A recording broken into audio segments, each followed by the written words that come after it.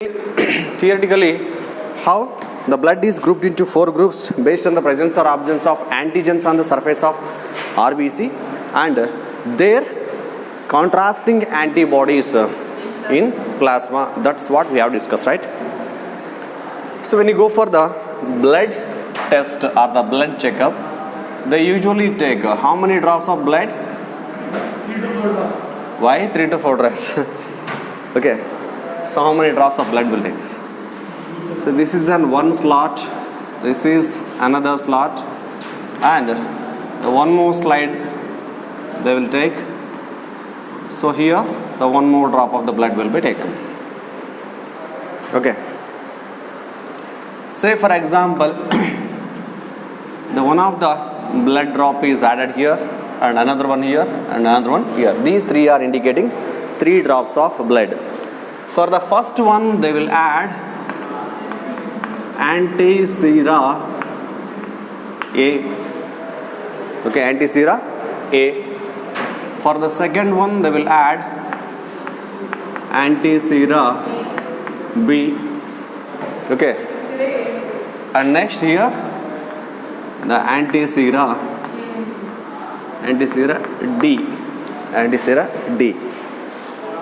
So, in the blood testing kit, there will be 3 small bottles. What they contain means anti-serum A, anti-serum B, and anti-serum D. It's named as ABD. Okay.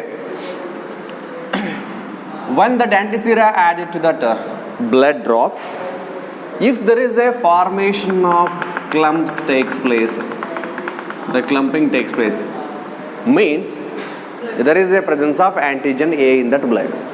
Antigen A is the blood. So only antigen binds to the antibody or antibody binds to the antigen and the clumping of the RBCs takes place. So it forms a blood clumping in that one. If there is no clumping with the anti-sera B, antigen B is absent in that blood. And if clumping takes place with the anti-sera D, means here anti-sera D for determining Rh antigen. Okay. Then that blood group will be, so what will be the blood group of such individual then? And the blood group will be here A is present. So next here Rh is present. So the blood will be A positive. A similar one where there is no clumping with the first drop of the blood with the anti-sera A, and there is a clumping seen with the anti-sera B, and no clumping seen with the anti-sera D. Then what will be the blood group here? B negative. Like this, the blood group will be determined by using that anti-sera A, B, and D in the blood testing kit. Is it clear? Okay. So all this Rh antigen, let's discuss later. Before that, then see, during blood transfusion, as there will be change in the presence of antigens during blood transfusion. What is must here? During blood transfusion, matching of blood group is must. Matching of blood groups. Matching of blood groups is must. Why matching of blood group is must here? If there any mismatch occurs, means what happens? If blood group mismatches,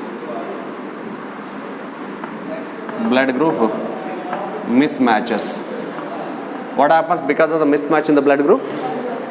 The clumping of RBCs takes place, right? Here the antigen and antibody forms clumps, right? So similar things will happen in the blood vessels in our body. Okay. So if blood group mismatches, that causes antigen antibody reactions, and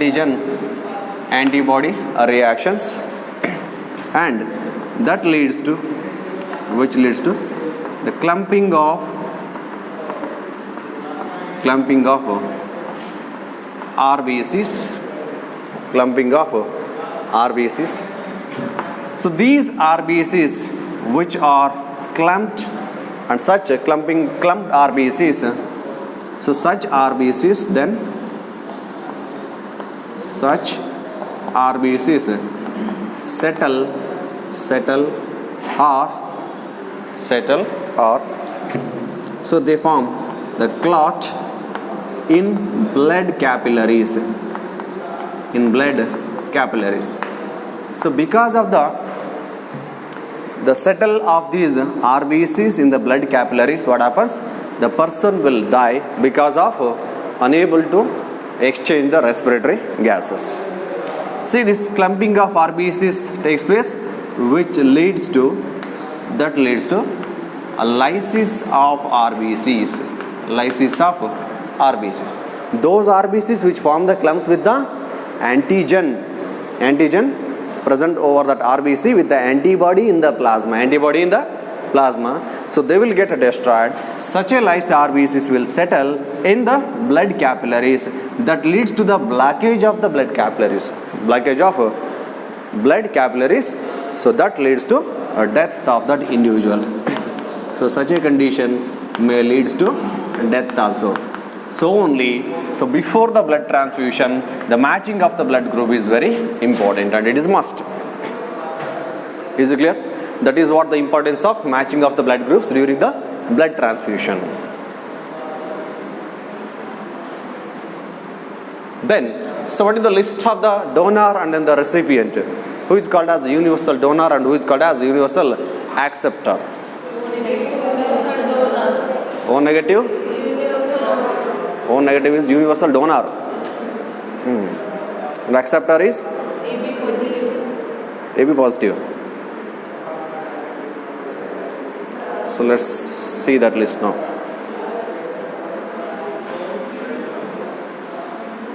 Okay. Say for example, if the blood group of the donor is A only. Okay. Next B. Next is AB and next is O group. Okay. Again, let's write here A positive, B positive, AB positive and O positive. Similarly, A negative, B negative, AB negative and O negative. A positive group can donate blood to A positive and AB positive only. B positive, they can donate blood to B positive and AB positive. AB positive can donate blood only to AB positive only. O negative can donate blood to A positive, B positive, yes, AB positive and O positive. A negative people can donate blood to only A negative. Along with that one AB negative also. Yes. AB negative also. B negative can donate blood to B negative and AB negative. AB negative can donate blood to only AB negative. O negative can donate blood to first A negative, B negative, AB negative, then O negative. What will be present in O negative? No antigens are present. No antigens are present. So they can donate blood to everyone. So even the A positive, B positive,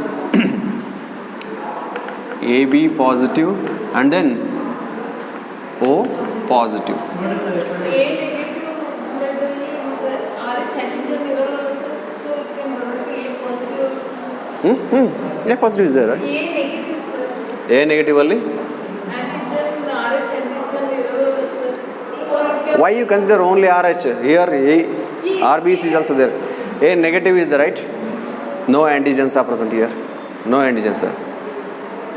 Means here the A antigens are absent. A antigen present, sir. No, no. RH antigen A negative. Okay, A antigens are absent. present.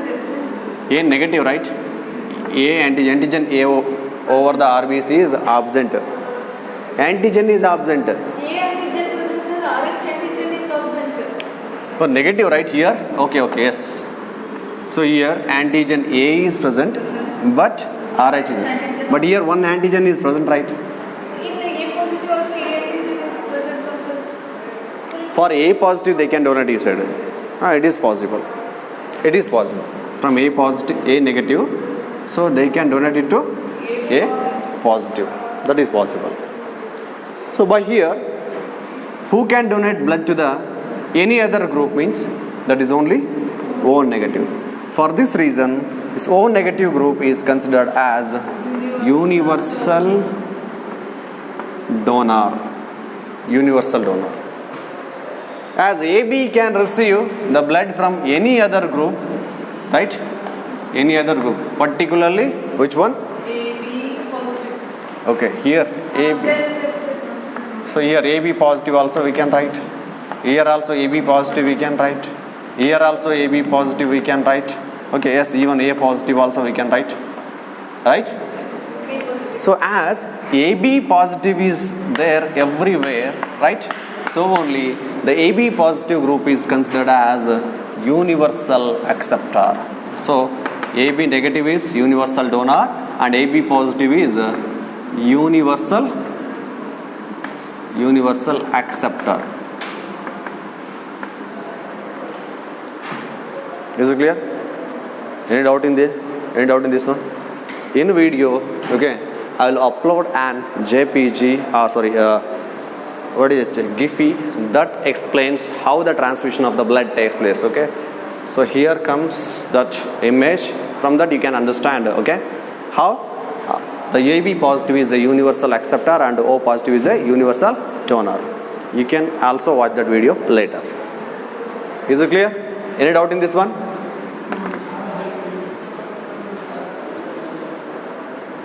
RH blood grouping is the next type of blood grouping which was discovered by Karl Landsteiner is also there. Along with that one more is also there. Who is that? Friend, sir. A brother irbodu. Right? So next is RH grouping. So this was discovered by RH grouping was discovered by Karl Landsteiner and the one more is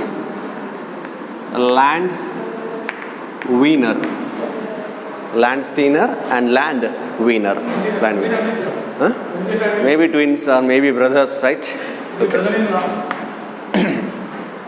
Then, where they discovered this antigen for the first time? Yes. Okay.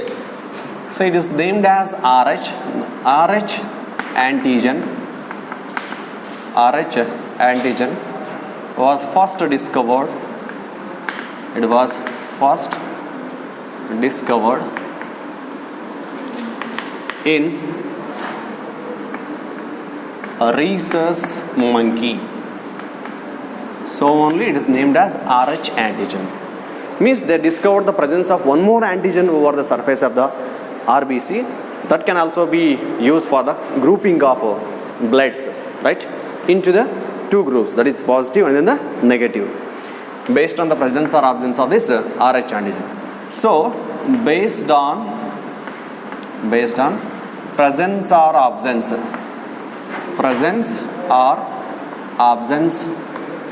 RH antigen, the human blood where that antigen is present on RBC, the human blood can be grouped into two types. That is, RH positive is one type and then RH negative is another type. So whatever the previously described blood group, whether it is A, B, AB or the O, so all that groups can be further categorized into two types: A positive, A negative, B positive, B negative, AB positive, A negative, so AB negative, O positive and O negative. Each blood group can be further categorized into two types based on the presence or absence of this Rh antigen over the RBC. Okay, this was discovered by Landsteiner and then the Landweiner. So there is a classical example with respect to this antigen, Rh antigen, right, in the clinical history, and that is called as Rh typing or the Rh mismatch, right, which causes a condition if mismatch occurs in the pregnant lady, and that is called as erythroblastosis fetalis. Erythroblastosis fetalis. Let's see that now in detail.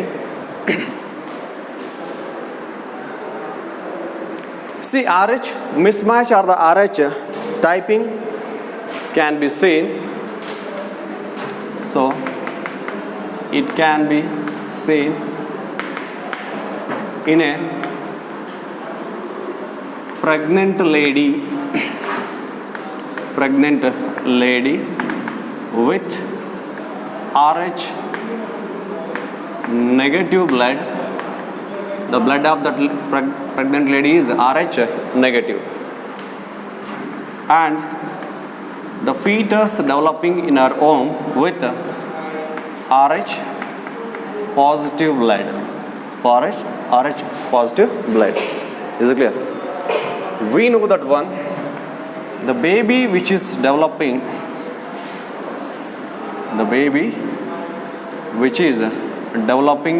in her womb. So this is having a Rh positive blood, right?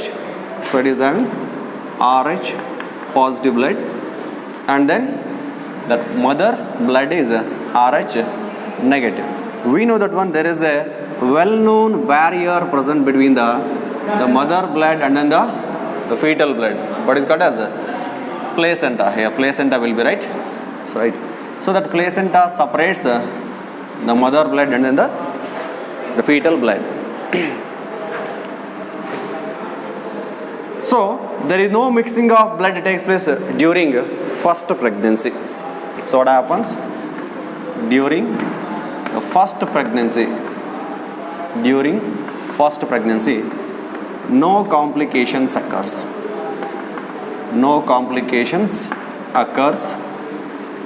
Why? Because both maternal blood and then the fetal blood are well separated by the presence of placenta.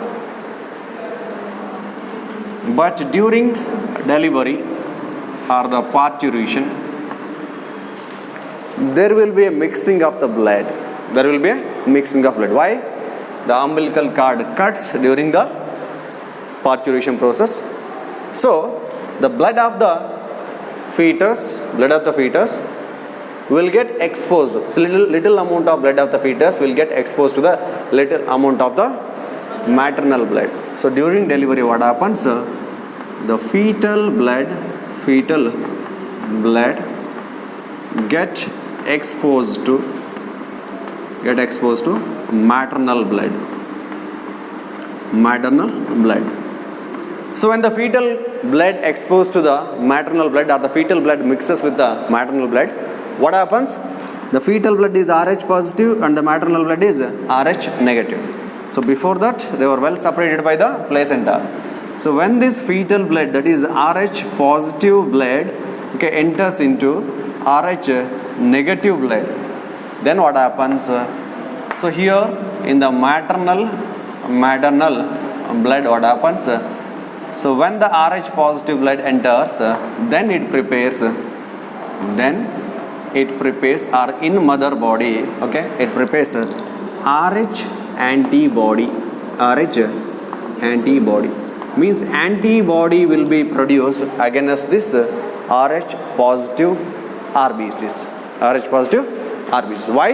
In order to lyse that RBC or kill the RBC, Rh antibodies will be generated. In maternal blood. But the baby is already delivered.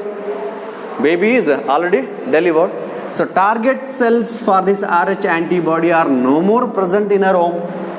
No more present in her womb, so that nothing will happen to the first baby. Nothing will happen to first baby. But for subsequent pregnancy, it may be the second or the third, okay? For subsequent pregnancy, what happens? The Rh antibodies prepared will be present in our blood only, and there will be a formation of the memory cells also. So we know well-known property of our immune system is to keep the memory of first encounter with the antigen or the pathogen, right? So the first encounter with that Rh positive antigen will be present as a memory in the form of memory cells generated by the immune system.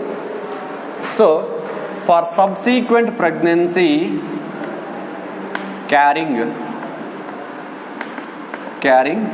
Rh positive baby or Rh positive fetus again, then what happens now? Rh antibodies are able to cross the placenta now. They are able to cross the placenta. So now the Rh antibodies can cross the placenta. They can cross placenta. So now they are able to cross the placenta and enter into the fetal blood. They are able to cross the placenta and lyse RBCs of fetus. That leads to the lysis of RBCs of the fetus. Such a condition is called, that is only called as, yes, what it is called as? Erythroblastosis fetalis. Erythroblastosis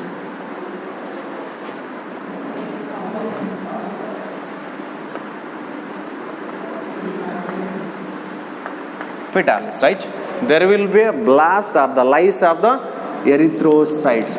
Okay, so only it is called as erythroblastosis fetalis. Fetal erythrocyte will get lysed, so it is called as erythroblastosis fetalis.